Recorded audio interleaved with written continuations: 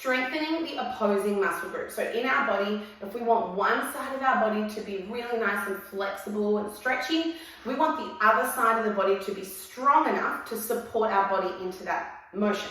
So if you think of the body like a bit of a tug of war, if let's just say this side of my body is my hip flexors in this case, and this side is my hamstrings. If I want my hamstrings to be able to stretch that far, I need my hip flexors to be strong enough to pull them, yeah? And vice versa. If I want my hip flexors to stretch past a certain point, I need my hamstrings and my glutes to be able to pull the hip flexors actively into that position. And that's how we make sure that we keep safe while we're stretching, because splits obviously are quite an extreme range of motion.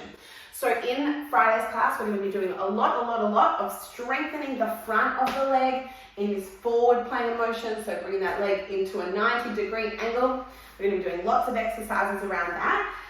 And the reason for that is to give this side of our body enough strength to support the back side of the body to go into your split. So that's talking about the front leg. The other thing that's going to take load off the hamstrings in your split position is stretching out the opposing hip flexors. If I'm really tight through my hip flexors here, I'm not going to be able to sit up very tall in my splits, which means, and I talked about this on Friday, that my pelvis is going to be tipped quite far forward, and that's going to be pulling the hamstrings into more and more stretch.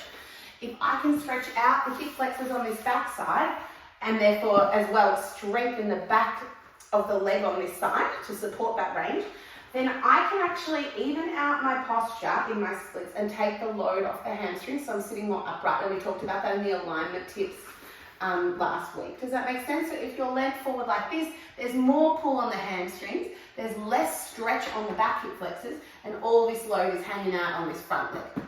If we can even out and stack ourselves a bit higher, then we will be able to take the load all out of the hamstrings and even it out between both the front and the back leg.